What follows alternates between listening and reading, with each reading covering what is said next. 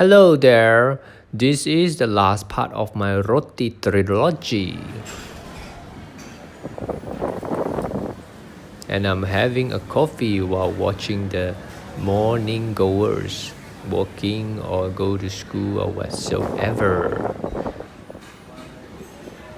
And of course, it's going to be Roti Canai. Roti Canai is oily but so aromatic.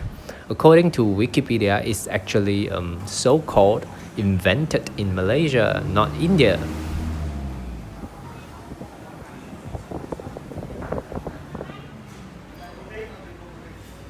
A piece of roti canai is only 1.2 ringgit.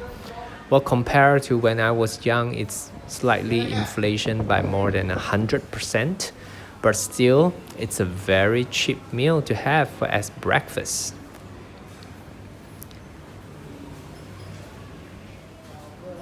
And see how crispy the bread is.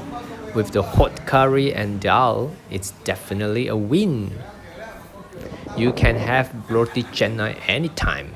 Breakfast, lunch, snack, tea time, or dinner, supper, whatever.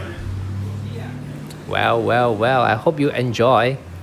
And I see you soon.